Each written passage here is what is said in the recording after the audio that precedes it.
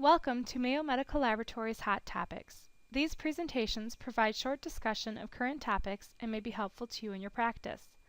Our speaker for this program is Dr. Glenn Roberts, a professor of laboratory medicine and pathology and microbiology at Mayo Clinic, as well as a consultant in the Division of Clinical Microbiology. Dr. Roberts discusses disease-causing dimorphic fungi and how to identify them in culture. This module examines histoplasmosis. Thank you, Dr. Roberts. Thank you, Sarah, for that introduction. I have nothing to disclose. The diseases caused by the dimorphic fungi are the ones that you see on this slide, and one of the hardest things about the dimorphic fungi is the pronunciation of the names of the infections because they get longer and longer as you look at them. Histoplasmosis, blastomycosis, coccidioidomycosis, paracoccidioidomycosis, sporotrichosis, and penicillosis. So we're going to cover histoplasmosis in this discussion. Before we begin, we will talk a little bit about the dimorphic fungi, including histoplasma, because there are some features that are in common with all the infections for the most part, and that is the growth rate. The growth rate in textbooks is defined as being most of the time slow, weeks to a month or so, or maybe even 6 weeks for the colonies to appear. We know that for a fact that the growth rate is relative to a number of things. Depends on how much organism is present in the clinical specimen. The more that's present, the faster it grows. Culture medium has a lot to do with the growth rate, and also how much organism is in that specimen and a metabolism of that organism. So we know that the growth rate varies a lot. Blood enrichment is something that we use for being thorough to try to recover these dimorphic fungi, and that is that we add blood to certain of the culture media, and we know that a few of these organisms and a few isolates will require blood to be able to grow. And we also know if it does grow in a blood-containing medium, whichever the organism is, it's probably not going to sporulate very well, and it will need to be subcultured onto a medium that does not contain blood. The microscopic morphology shows one thing in common with all of them, and that's the small septate hyphae that are present. We have some molecular tools we can use to identify these dimorphic fungi. We have nucleic acid probes that are commercially available. We have nucleic acid sequencing and MALDI-TOF now that is being used for identification of some of these organisms. This image shows you the small hyphae that is seen with the dimorphic fungi. It's difficult to tell that they're septate here without going to a higher power, but these hyphae are really very small. The dimorphic fungi have features that vary, as we've already mentioned, depending on the medium and on the isolate itself. We know that colonies of histoplasma and blastomyces are almost indistinguishable, some of them, so that we don't have access to being able to identify these things by looking at a colony and saying this is what it is, because they often look alike. With histoplasmosis, we know the etiologic agent. The primary one that we see in the United States is Histoplasma capsulatum, variety capsulatum. There's an African strain that is called Histoplasma capsulatum, variety duboisii, and we're going to focus our attention to Histoplasma capsulatum because that's the one that we see. The geographic distribution is pretty much the same as seen with blastomycosis or Blastomyces dermatitidis out in the environment. It's in the Mississippi, Ohio, and Missouri River valleys. The states with the highest prevalence include Missouri, Kentucky, Arkansas, Tennessee, Ohio, Illinois, and Indiana. And there are a number of other states that have histoplasmosis as well, but the incidence may not be quite as high.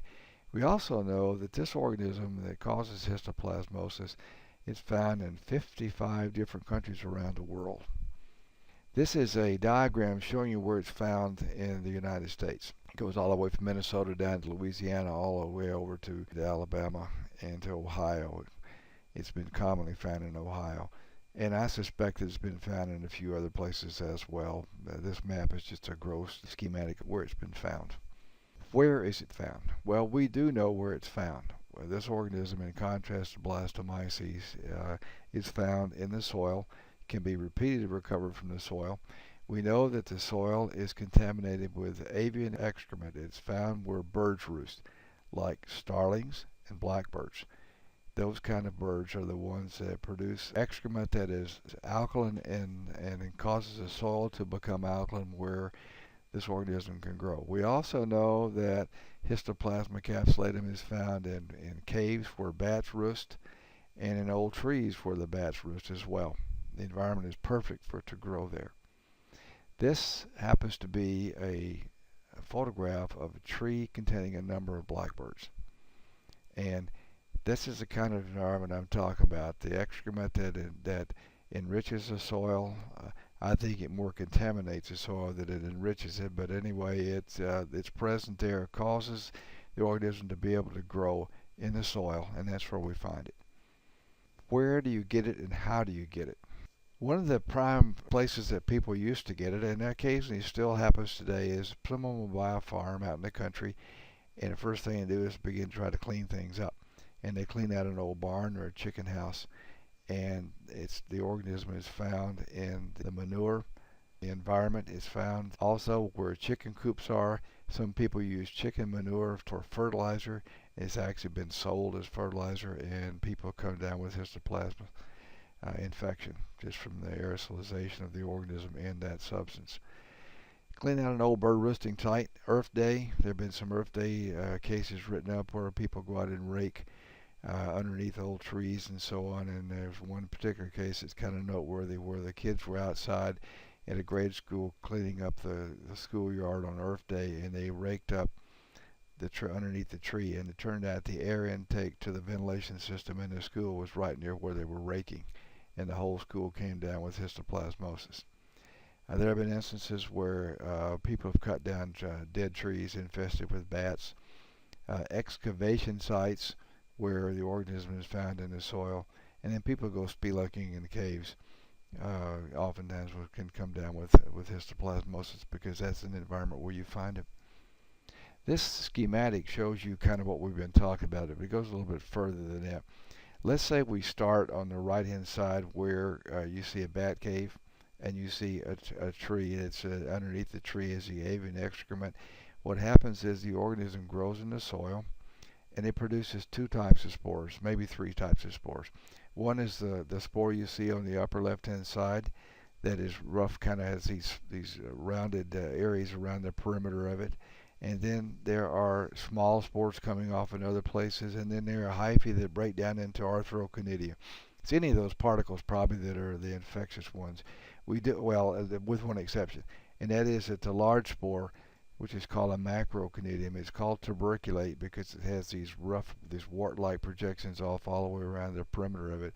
It's too large to get down into the alveoli of the lungs, so it's the small spores called microconidia, or it's pieces of hyphae that are broken apart that are aerosolized. And once that happens, they're taken into the lungs. They go down into the lung itself, and within the lung, they begin to transform into yeast cells. The particles that are inhaled are actually engulfed by macrophages, and then within macrophages, they are converted to the yeast form, and then they pop out of the macrophages, and that's what we culture in the clinical laboratory are these small yeast cells. This is repetitious, but we know that the microconidia, the small spores, or the hypofragments probably are the things that cause infection. They get down to the alveoli of the lungs, are taken in by macrophages and converted to the yeast forms, which we just said. And what happens too is the lymphatics spread the organism to the mediastinal lymph nodes in the chest, and to the systemic circulation where the mononuclear phagocyte system is infected. And that means the lungs, liver, spleen. It's the old the term we used to call reticuloendothelial system. And you can recover it from the lungs, from the liver, from the spleen, in people who have disease, whether or not they actually have active infection versus disease, because this is what happens here happens just like with tuberculosis. If you happen to get exposed to the organism, it always gets into the blood, it gets into the lymphatic system, gets into the blood, and you become infected. But you may never develop active disease if you're a normal, healthy host. If you happen to culture a person for some odd reason at a time when this organism is being spread throughout the systemic circulation, you can recover the organism and the patient may not even be ill, and that has happened. We've actually done that here at Mayo Clinic, and just as a circumstance, but it's not something that we ordinarily think about. You can recover the organism from blood, for example, because it does get into the mononuclear phagocyte system, and blood cultures are oftentimes positive. So what happens is, once the organism gets into the systemic circulation or into the lungs, the liver, the spleen, granulomas form. The organism is trying to be walled off by the host. The host forms granulomas, walls it off. These granulomas calcify, and then the organism is there sort of in a latent stage. It just sits there.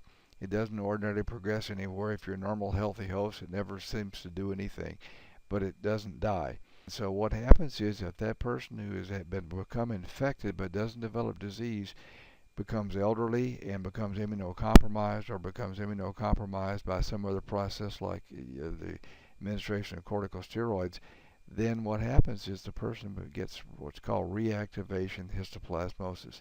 Those granulomas break down, and then the organism is still alive, and a person gets infected all over again and develops disease.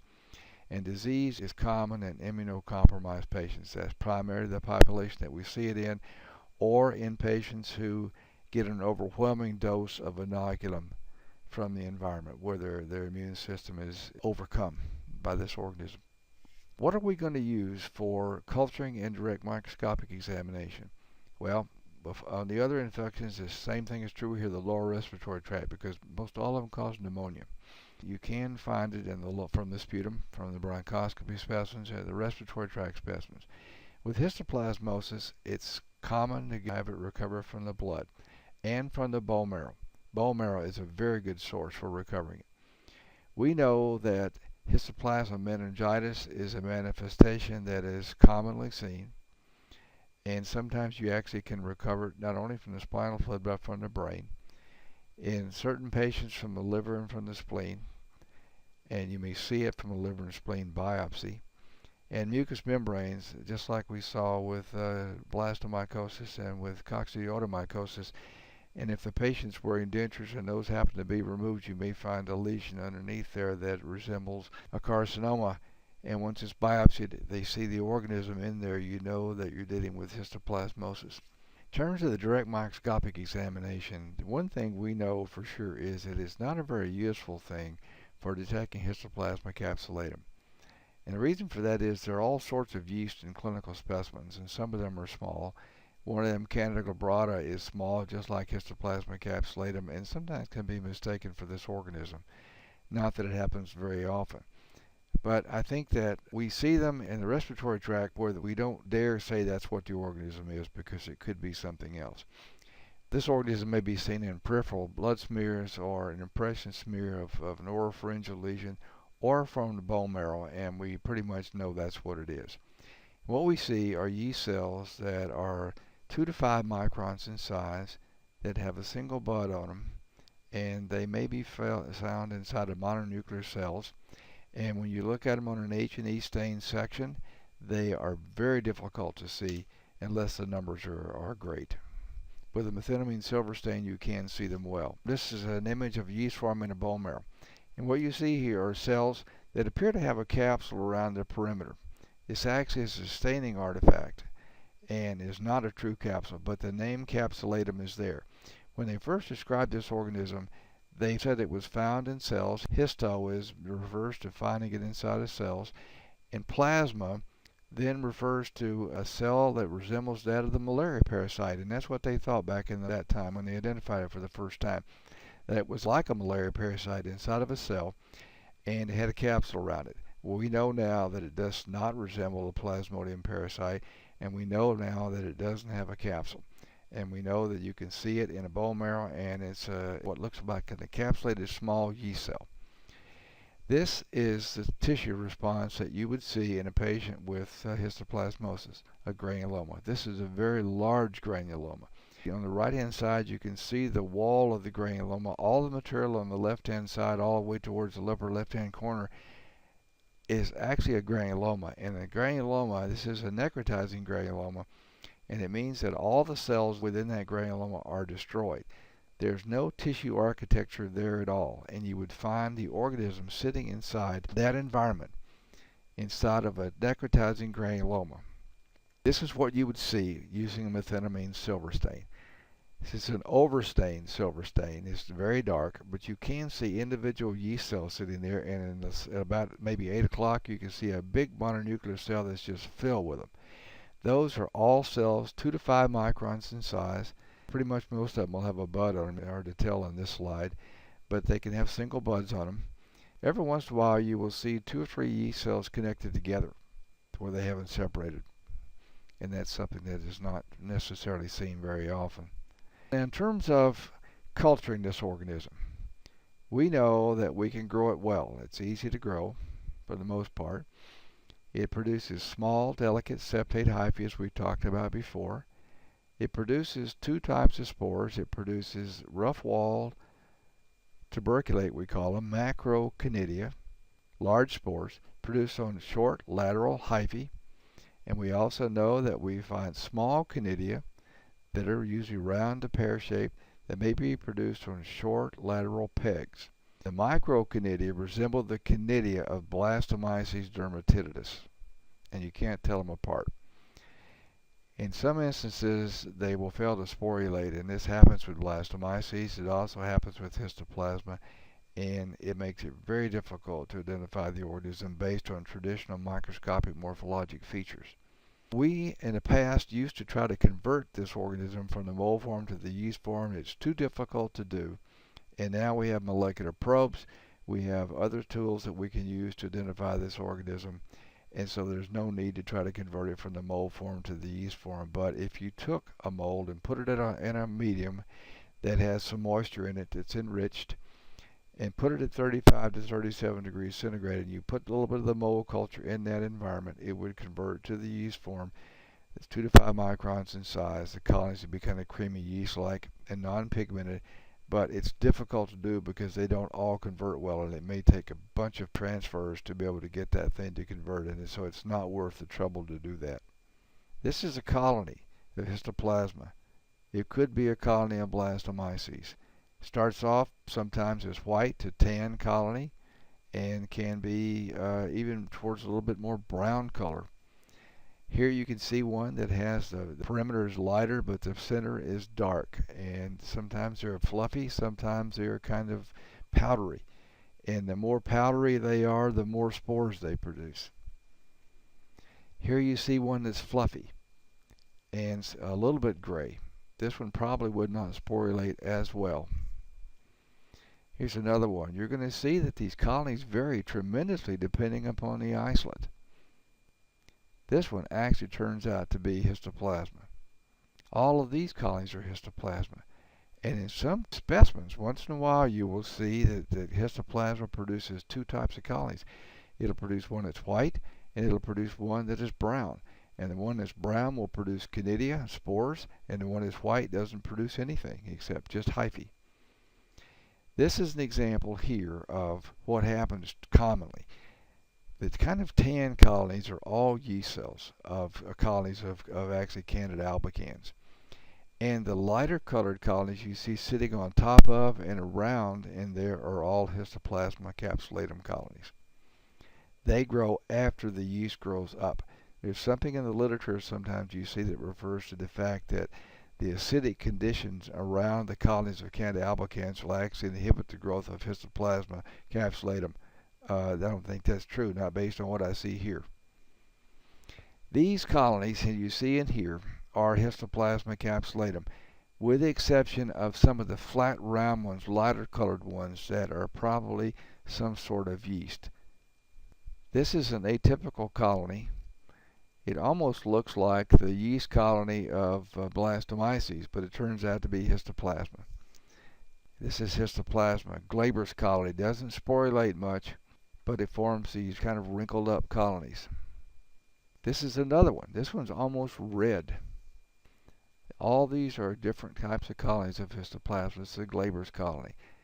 If you look in here, you see lots of colonies of yeast, but towards the center of the colony there are some kind of opaque looking colonies, and there's some towards 2 o'clock and 1 o'clock in there that we see commonly on a blood-containing medium, because they don't often produce the white fluffy colonies on a blood-containing medium. Most of the time they're kind of opaque-looking colonies, almost look like ground glass. And on this one right here, this one is a little bit difficult to see. All the colonies you see that are prominent there are yeast colonies. But if you look in the background, there's solid overgrowth in there of a film. and that is all Histoplasma capsulatum. And if you can imagine what kind of disease that person has, probably severe, because this is almost confluent growth of histoplasma.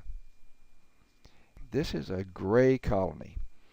The colonies in the center there is probably a bacterium. It's kind of all irregular. But the other colonies are fluffy and gray. And I remember this one because this organism killed this patient. You don't take these things lightly. This is all Histoplasma capsulatum with the exception of some bacteria. I think most of it is all histoplasma. It's mostly the fluffy white in there, and there's also some brown in there. Hard to recognize that that is really histoplasma. These are 4 different plates showing you the organism, and it's very difficult to see these, but there's a lot of growth on those plates. And on the ones containing blood, they're not quite as obvious to see, but the ones that don't contain blood, you can see the white colonies that are beginning to appear. Those are young colonies. And the same here. These are all colonies of histoplasma. This came from bone marrow. This is cultured from sputum. That's confluent growth of Histoplasma capsulatum with about 3 places where you see bacteria. This is confluent growth again on a blood-containing medium. All this is histoplasma except for those colonies of yeast. This gives you an idea that these patients inhaled a tremendous quantity of this organism. And here you can see in the background these brown-looking colonies, some which look a little bit red-looking around the perimeter. Those are all histoplasma. The others are all bacteria. And the colony towards about 2 o'clock where you see the white fuzzy growth around the yeast colonies is histoplasma, and up about 12 o'clock. And here you see bacterial colonies that are prominent, and in the background all those tiny colonies are histoplasma. Same thing here. These are yeast colonies and 1 bacterial colony about 6 o'clock, and then all that stuff in the background is all confluent growth of histoplasma. And these tiny colonies that look like ground glass are histoplasma in contrast to the yeast that are there. And this is something that we see with some of the dimorphic fungi. It's called a prickly stage. It's where you see those tiny tufts of hyphae sticking up, and that's common to find in some of these cultures. Occasionally you see these heaped up colonies of histoplasma and donut-shaped type colonies. I think by this time you get the impression there's a lot of variation with Histoplasma capsulatum, and you are seriously going to wonder how many of them you threw away. You look underneath the microscope. What are you looking for? You're looking for the conidia. The large ones are what we call tuberculate macroconidia. The only problem with that is when you look at a young culture, they don't appear to be tuberculate or have rough walls on them. They appear to be just round and smooth on a long to short stalk like you see here. And then as time goes along, they begin to get a little bit rough walled, and if you look closely in the middle, you will see one that's beginning to get a little rough walled, little spikes sticking out of it. And here you can see that the wall of these are getting a little bit rough, not so much. And here you can see the rough walls are a little bit more prominent with the spikes sticking out. These are called tuberculate macroconidia. And then here you can see some in here that are prominently producing these rough walls. And these are called tuberculate macroconidia. These are too big to get down into the lung to the alveoli to cause infection, but they are kind of like a diagnostic form for this organism. There are some other things that can look like this. These are tuberculate macroconidia, and you can see that all these are rough-walled. This just gives you an enlarged view of what they look like, and they're not always just spikes sticking out. They're kind of some rounded protuberances on there too. And here you can see one that is really gives you an idea that we're talking about 3-dimensional images here. These spikes are coming out, or these rough walls or rough projections are coming out all the way around this organism. This looks like back in medieval times where they carried the chain and the handle and they had this big brown ball with spikes on it that they beat people in the head with.